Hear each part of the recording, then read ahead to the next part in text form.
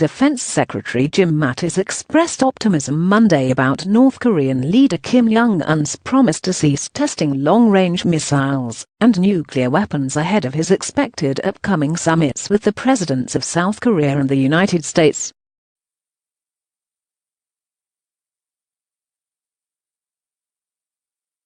Right now, I think there is a lot of reasons for optimism that the negotiations will be fruitful, and we'll see, Mattis said Monday in response to a reporter's question, just before he met with Thailand's Defense Minister Prawit Wongsuwan at the Pentagon.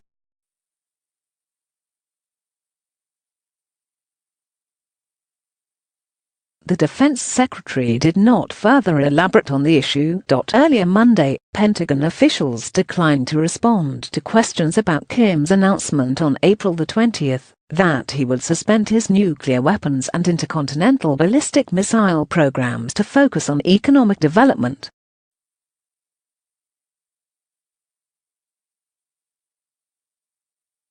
Some Pentagon officials have privately expressed skepticism about Kim's sincerity, noting North Korea's long history of failing to live up to deals negotiated with the United States, including accords struck by the administrations of former Presidents Bill Clinton and Barack Obama.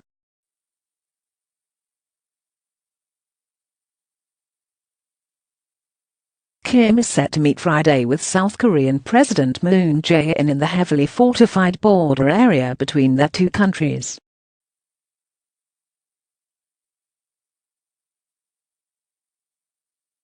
Kim is also expected to meet in late May or early June with President Donald Trump.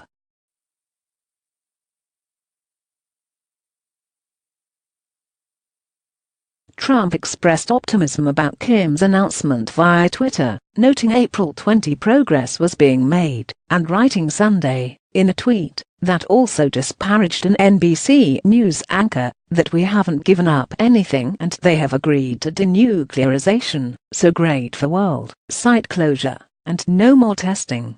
North Korea has neither publicly announced that they are willing to give up their nuclear weapons stockpiles nor that the topic was one that they would consider discussing.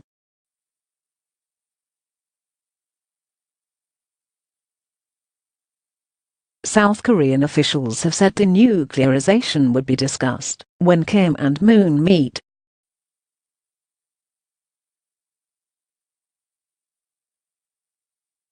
The United States maintains its long-held goal for the complete, irreversible and verifiable denuclearization of the Korean Peninsula, said Army Colonel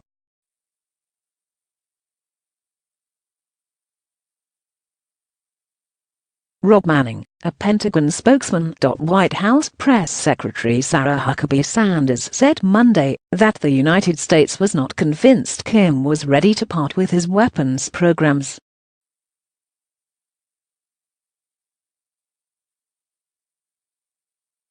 But like Mattis, she expressed optimism. We're not naive in this process, she told reporters.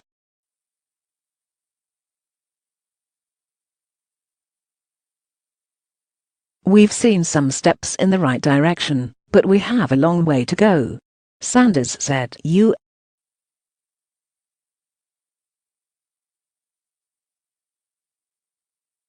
policy of maximum pressure, stringent economic sanctions alongside diplomatic negotiations, would continue until Kim agreed to surrender his nuclear weapons.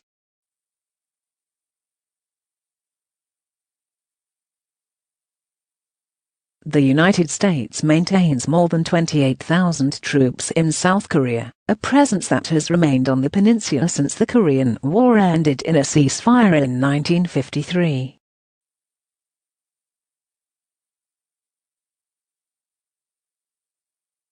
Their presence in South Korea is not expected to be among the bargaining chips that the United States would consider ceding to North Korea.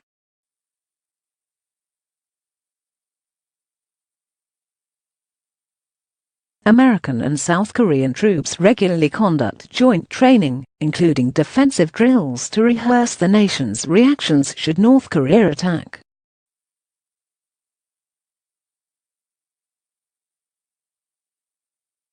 Manning said Monday that the United States has not adjusted its force posture since it began negotiations with North Korea in recent months.